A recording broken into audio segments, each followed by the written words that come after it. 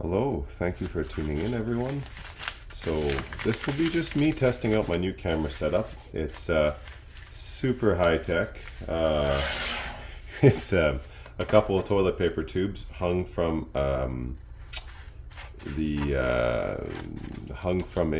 you call it, temporary dust wall pole that spans between one of my one of the walls in my office and my filing cabinet. Oh, hey, look at that. Okay, so opening the first thing I got on mail here, and it's a couple of Stronghold boosters. I'm really in love with this set in particular. From just a beauty point of view, I think the cards in it are so great. I think it has incredible flavor and character. The art is still fantastic. It's pre-2000s, old border. That's the type of stuff I like. No foils. Foils didn't exist when this was printed. Don't have to worry about getting them. They're not there. And yeah, I've got a box of Stronghold, and then I've got a lot of loose packs. And whenever I see a loose pack, I pick it up.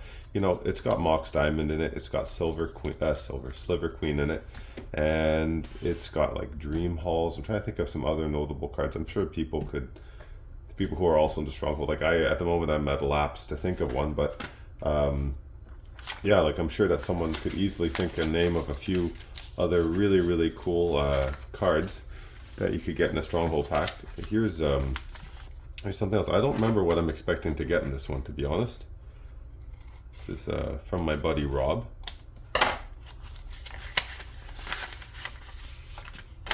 That's it. There's nothing left in there.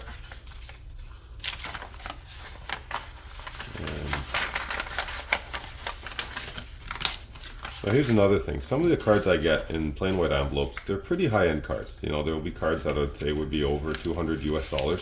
So here's a point of comment. Like, everybody's really into tracked and getting tracked and stuff, but when you know the person, there you go. Is tracked really going to guarantee you anything? I mean, it'll guarantee you know where it is if it's lost, but it doesn't change anything. And I definitely think that in my experience, insurance has been hit and miss, and most people would tell you the same. So, you know, you pay a lot. You pay like 15 extra bucks for track. So here's an HP collector's edition Wheel of Fortune. Black border, so I like that. I think it's great to be playing with black border, and you know, it's seen some play, so I'm not worried about damaging it up any more than it is. Anyways, yeah, you know, the first few years I bought stuff online, and I only got back in, I'd say 2 or 3 years ago. You know, I was getting pretty much every card that was, I don't know, over 50 bucks for sure, tracked. You know, track. I was paying for track. And if you add up all those 15 or 12 or whatever, $10, because in Canada it's a bit more expensive. If you add that all up, I've spent a lot of money on track shipping. You know, so someone out there knows how much, but it's probably close to $1,000 easily on track shipping. And you know, all the mail has always arrived to my house. Maybe for some people, you know, leave a comment if maybe the mail is less reliable where you are, but where I am, the mail is very reliable, tracked or not. Okay, so this is Rob said this was heavy play. I actually don't. I mean, it's at least MP, but anyway, it's a really great condition. And so collector's edition, right? Like, I have a lot of revised. I have a foreign black border one. I think I have an unlimited wheel as well. I liked, you know, and I hated collector's edition when I was a kid. When I think back to the 90s, square borders, that sucked. Gold backs, no one wanted that. At least I didn't. But I'd play with it now. I think my mind has fully come around on collector's edition cards. And I think that they're pretty cool.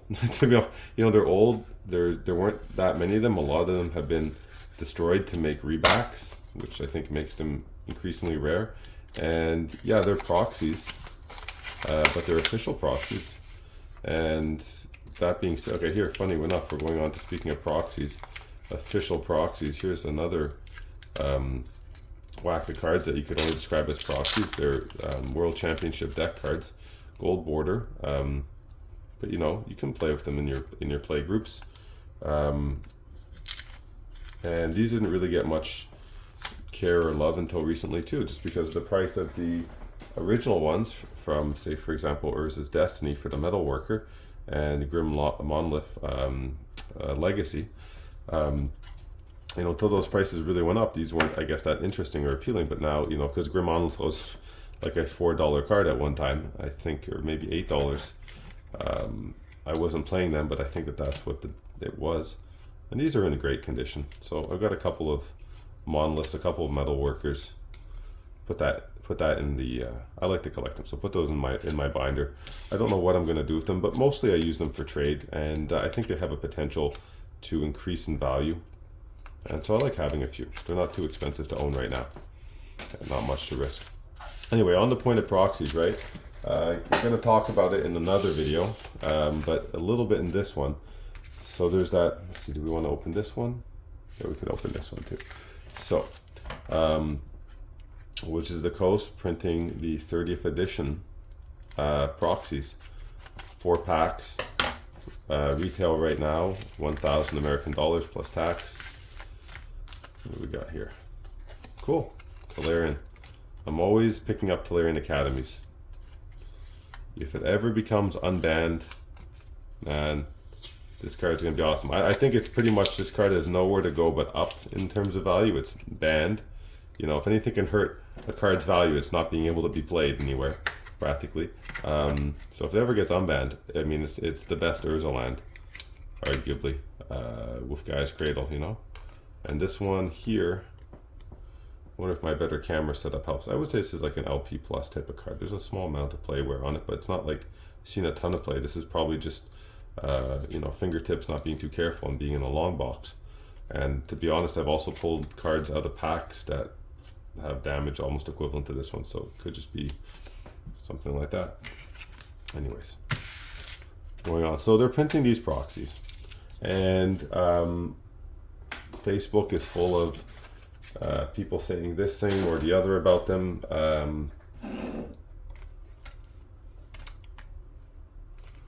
Well, I guess I could use this one. So where do I mean, it's such a loaded thing here, right? But I mean, I don't think it's good. I don't think it's good. I think the whole idea of the collector boosters and chase cards and stuff like that, it's, you know, it's intentionally preying on people who don't have, who just, you know, there's some people who are mentally susceptible, let's say, to chasing that type of a gambling chance to pull such a big card. They'll spend a lot of money they shouldn't on that, and some people will usually generally remember the great pulls and try to forget the bad ones. So we got a Ragavan and Urza Saga. So these I'm going to loop them right away just because they are so, they're one of the few cards I've ever bought that has issues with counterfeiting, and I guess if it's it were to turn out not to be real, I'll put it up on my microscope and I'll show you guys on a video what that looks like, because I do have also a fake Ragavan from another deal. Anyways, I don't think it's a great idea, the whole chase card stuff. I think it's a disrespectful thing to do to players, and capitalism aside, and people can say what they want, it's definitely preying on certain people. It's kind of predatory, and it's crossing a line, I think, of respect for players, and it's not showing, in my opinion, it's not showing very much respect. It's treating them just like, you know, how can we get access to your wallets? That's what's important here, you know. Okay, so the Saga is good. Let's look at the Ragavan. Feels good. A little waxy. It's probably could just be Japanese printing though. It does sometimes have that. Oh, put one there. I think I've just lost my light on this guy. It makes it much harder to use. All right, let's go to my old trusty backup. Anyways, but okay, so here's the thing. People are complaining about, you know, trying to print the reserve list, and you know, and probably that is what they're trying. There you go, the light's working again. Yeah, that one's also just fine. So anyways, I'm rambling. What am I trying to say here? They put the price tag really, really high, and if you look at the math on it and stuff like that, it's not easy to pull these cards, especially in the retro foils. It's almost like, it's certainly cheaper to buy an original collector's edition set than to gamble on what you might pull out of these packs. And I do think there's a huge element of what they're doing that is predatory, but at the same time, People who have bought these expensive proxies in the past, the World Championship type of proxies, they should kind of just, I think, be happy about it if they're worried about the value of their investments, because by putting the price high and not making it cheap, it does kind of say that, like, you know, those old things, they respect the value of those in the market originally. I still don't think it's a good thing to do. And I do think that the main problem with the reserve list is not whether or not cards are reprinted or not, and the incredible price tag that some of these cards now have. I think the main problem is that a lot of tournaments do not allow proxies. You know, just in casual play they allow them. So it's the fact that proxies are not allowed that is the problem, not the fact that certain cards can't be reprinted in their original form. That's where I'll stand on that. I don't think there's a lot more to say. If people could go to tournaments and play with proxies, then you wouldn't be playing against people's wallets. You'd be playing against people's skills, and no one should feel left out in a case like that. All right. Well, hey, look, I'm rebuilding. I sold a transmute artifact that I had bought, and I had a binder ding, and I'd repaired it, and then I bought this one to kind of replace it, because I do like having one in my collection. I think it's a cool card. Let's see, how's this one looking? I can't remember this. I bought a card with a binder ding. Was it this one? I bought another one with a binder ding to fix. No, maybe. Huh. This one actually has it. It's hilarious. I bought it. This one has a smaller binder ding. It's in great condition, but there's a little binder ding right here. I wonder if yeah, I think if you can kind of see it if I tilt it like that. It's got a little thing, so that's something for me. Yeah, you can see it a little better on the back. I don't know. Anyways, it might not pick up. I'll do a video on repairing it at some future point, and make a note of that. Binder ding. And Lake of the Dead, I have a lot of these. I'm still getting more. I think it's a cool card. I think it's a very good land, and in the last buyout, man, this thing was like crazy expensive. It was like well over $200 US for a copy, and it has receded significantly. It is way under $100 US right now again, and in my opinion, I think it's a card that can go right back up there again given some time. So I got a few more. Okay, how far am I into this video? I can't see the time, so we do a couple more. Anyways, what did I tackle the whole topic of the proxies and the reprints? What else is there really to say? Some people will buy them to hold them and to resell them later on the chance that they will increase in value. I'm not sure about that. I mean, I'm sure that those people are sure it's going to work out that way, and they might be right.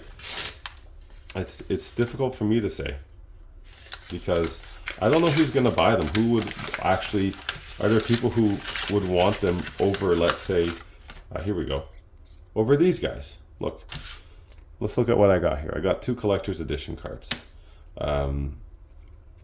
Now, it even says, you can see what I paid for them. I think I paid a little less. This was the asking price.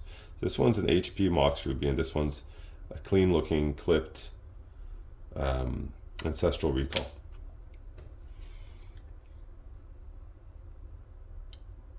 And they're gonna be, you know, to get the chances, I've looked at the cost it takes on average. If you average out what the cost is to pull these out of those other packs, it costs more than these cards cost in near mint condition. And these are the original proxies. You know, they have magic backs, albeit in gold. They have actual scarcity, because so many have been lost or damaged or destroyed over the years, or hoarded away, and they're in collection, so they're not widely available. How can you compare to that? And these, the fronts at least, were printed with the beta plates, which, if I'm not mistaken, and those are the best color saturation, best printed plates ever. So, and they're printed on this like premium cardstock, because like everyone knows, like as Magic has kind of continued, or if you haven't felt it, like the cardstock is terrible now. I would say, at least, you know, because I remember what good cardstock felt like. Geez, really tough at side loaders, eh, man? Try to get your finger in there. There we go.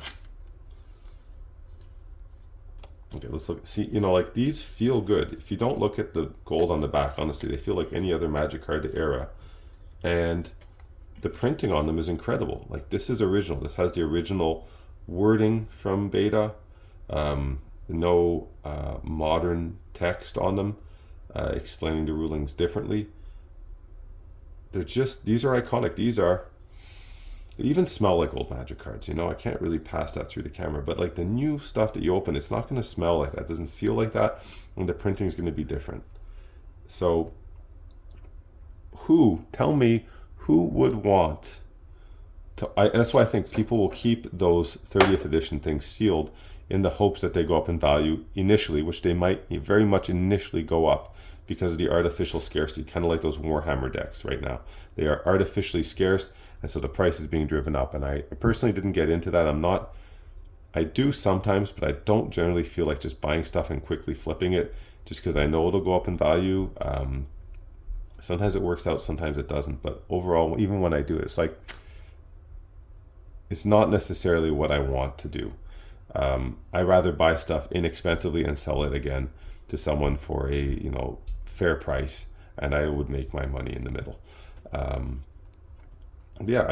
can't think that anyone's going to open them and I want those cards more than these in near mint condition. These are 30-year-old proxies. The other ones are new. They have the best print palettes on the best cardstock and are actually vintage and are actually scarce. Their print runs being somewhere in between, if I'm not mistaken, the Unlimited and the Beta print runs, and they had a very high attrition rate because they were not respected or cared about very much for a long time. And a lot of them, especially the power cards, were peeled back and separated into two pieces to make rebacks for Betas, and because those would be worth more.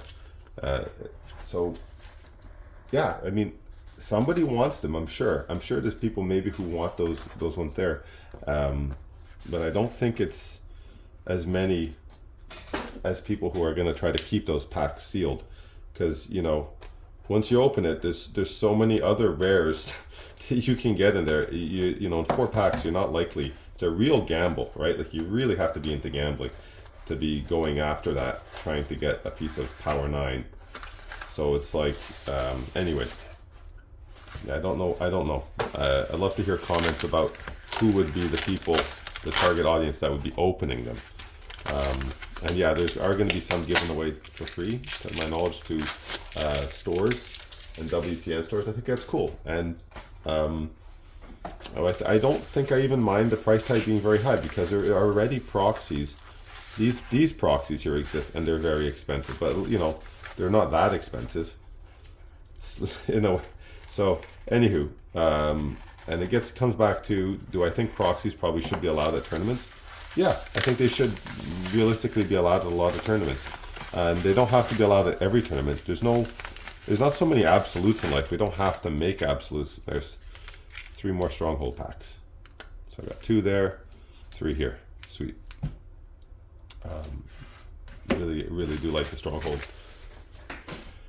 They don't have to be allowed at every tournament. Just because they should be allowed, in my opinion, at most tournaments, doesn't mean they should be allowed at every tournament. And so, it's not one size fits all solution here.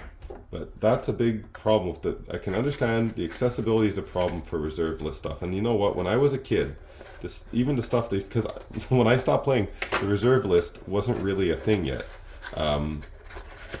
Even then, as a kid, I didn't have access to those type of cards either, because I had kid money. I had teenager money. I'm sure there were adults who were playing Magic who could buy these things and then did, but it wasn't me. And I feel for people who still don't have access to stuff like that. It's like, and if it's frustrating, it certainly should be and can be. Okay, here's the last thing of the night, and this is also collector's edition. So this is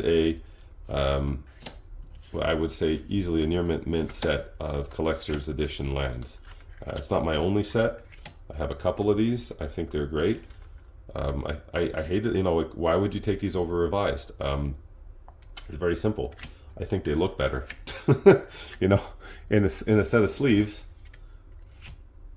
right? In a set of playing sleeves, and some of these are beautifully centered. And I honestly might even send a few of these for grading. These came straight out of a box. Some have really bad centering. And let's not talk about that again. But like this Bayou. This Bayou is pretty interesting. I mean, maybe top bottom, yeah, it might not get that good. This Volcanic Island, again, top bottom, yeah, maybe it's not good enough. But anyway, in a card sleeve, actually the best one here is probably the Underground Sea.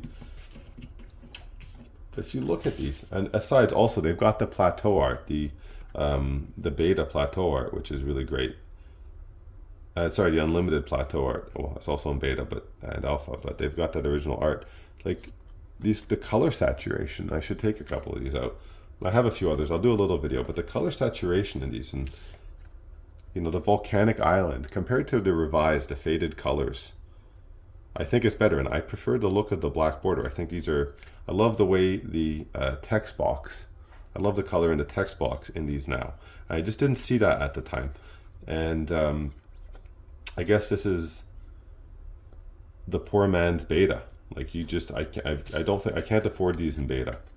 I would love to have them in beta, but I'm not going to be able to spend that type of money. And these look just as beautiful on this side, and that's honestly why I'm buying these. I'm very happy to have them. I have to thank the fellow that sent them to me. He did package them carefully. Although that box, he sent these in a box that wasn't even taped shut. I'm so glad nobody felt like looking at. So you got to say, you can really trust the Postal Service. They're not stealing everything for sure. They could have easily gotten those. So that's the mail day today. We got a full set of CE duels, a couple of pieces of Collector's Edition Power, some Stronghold packs, a few, another CE card, revised wheel, which I will be putting in a deck, guaranteed. These two here, great cards. Urza's, Ragavans. I buy those whenever I just try to complete. What I do with those is I try to make play sets of Urza's and Ragavans and then sell play sets, because I find play sets sell for a little bit more than individual cards, and so that's the only reason I really do it. I don't play with Urza Saga or Ragavan yet personally. I really just play old school.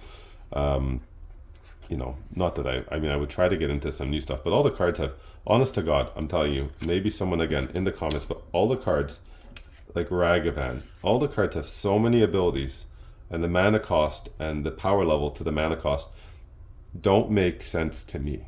As a kid from the 90s, or as a player from the 90s, the power scope, the power creep on these cards makes so little sense to me that I can't imagine making a deck out of cards like these, because I just feel like I'm, you know, like I typed in a cheat code in my Game Genie, and everything I do is just has way too much power, and it's almost taken out the back and forth nature of a Magic the Gathering game, of what I would consider a game, because you just win, you know, you just win really outright, really quick, really fast, and it's like, I don't know why I bothered.